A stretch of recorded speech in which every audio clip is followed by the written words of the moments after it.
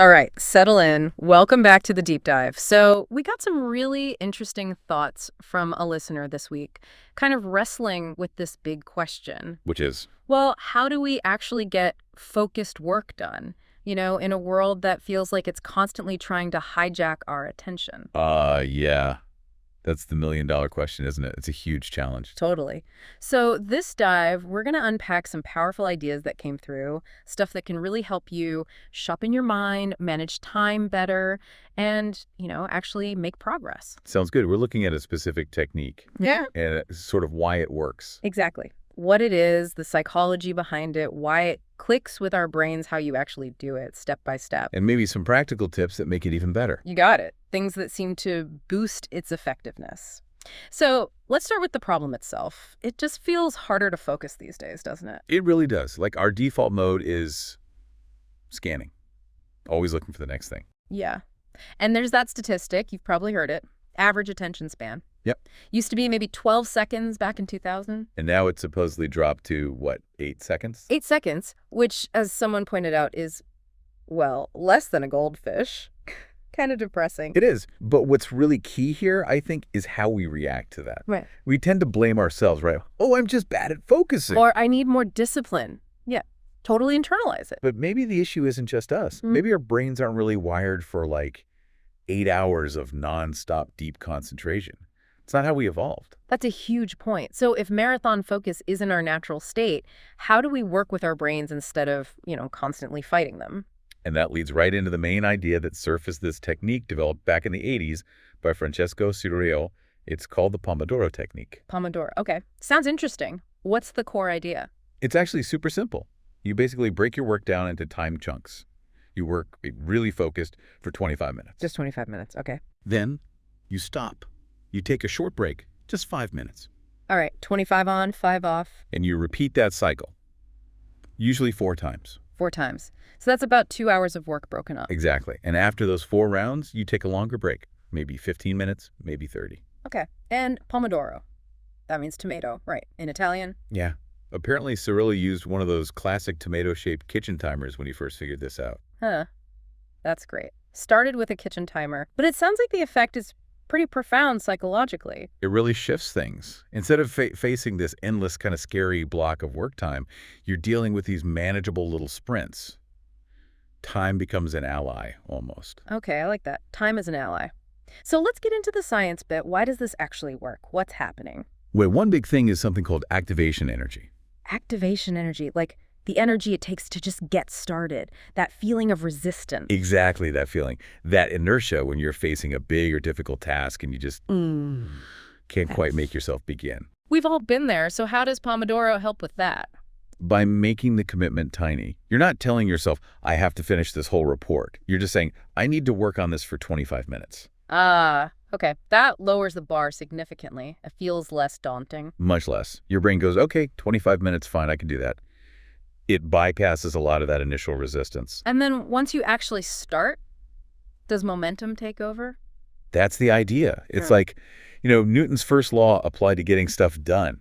An object in motion stays in motion. Getting going is the hard part. And 25 minutes is enough to get that engine running, basically. Right. It's long enough to actually get into the task, get past the warm-up phase. But why 25 minutes specifically? Is that like a magic number? It seems to be a real sweet spot for a lot of people. Yeah. It's short enough that you don't feel overwhelmed or start thinking about burnout just looking at the clock. But long enough to actually engage deeply, not just surface level stuff. Exactly. It avoids that constant switching feeling, but it's also not so long that your focus naturally starts to drift off or you get fatigued trying to sustain it for, say, an hour straight. Finding that balance. Okay, and what about the breaks? Those 5-minute ones, are they just for checking your phone? Definitely not. Yeah. No, the breaks are crucial. They're not just downtime. They have a real cognitive function. When you step away from that intense focus, Your brain gets a breather. yes, your prefrontal cortex, the bit doing all the heavy lifting, gets to relax. And interestingly, that's when another part of your brain often kicks in the default mode network, the DMN. Okay, DMN, that's the mind-wandering network, right? Daydreaming Central. Pretty much, it's active when we're not focused on an external task. It reflects, connects ideas, kind of processes things in the background. So those breaks, even the short ones, could actually be where creative insights happen, like connecting dots you didn't see when you were head down working? That's exactly what the thinking suggests. Yeah. Those moments of letting your mind drift can actually help solve problems or generate new ideas related to what you were just working on. Wow. Okay, so the breaks aren't slacking off, they're productive rest. You shouldn't feel guilty. Not at all. They're an integral part of the whole cycle for sustained, high-quality thinking. This makes so much sense. Easier starts, builds momentum, uses a smart work interval, and leverages breaks for rest and creativity. Okay, so how do we actually do this? Let's walk through the steps. Right, let's get practical. Step one, pick one task. Just one. Single tasking. Given what we said about attention, that feels vital. Absolutely critical. For that 25-minute sprint, you commit only to that one thing. No email checking, no quick social media peeks. Guard that focus. Got it. Lock onto one target. Step 2. Step two, set your timer for 25 minutes. Could be your phone, a kitchen timer like Cirilo, a specific app. Doesn't matter. The key is you set it, and that timer running is your contract with focus. A contract with focus. I like that. Non-negotiable work time. Okay, step 3. Step 3, work like. Well, like you mean it. Like a monk, maybe. Yeah. Or just super focused. For those 25 minutes, you are in that task. No distractions allowed. Shut down notifications, close tabs. Treat it like sacred time. Okay, intense focus, but knowing it's only for 25 minutes makes that discipline feel achievable. Timer rings. What's step 4? Step 4, take that 5-minute break.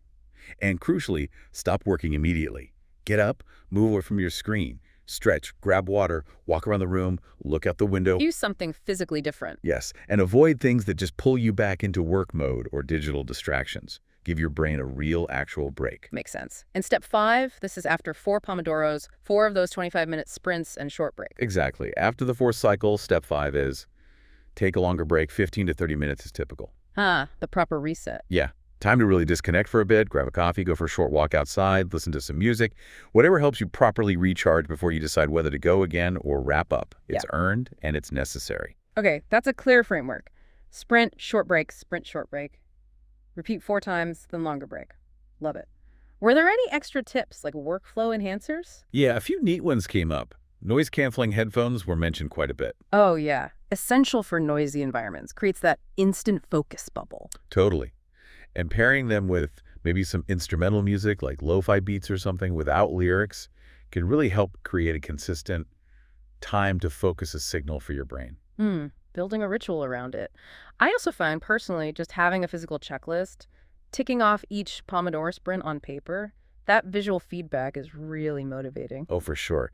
That satisfaction of seeing progress builds momentum. That came up too. And another really good one was about reflection. Reflection, Yeah, like after you're done. yeah.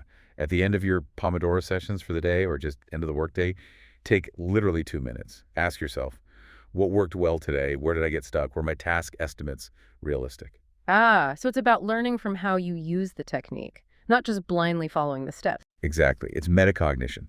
Understanding your own patterns. Maybe you focus better in the morning. Maybe certain tasks always take longer. That feedback loop helps you tweak the system to make it work even better for you.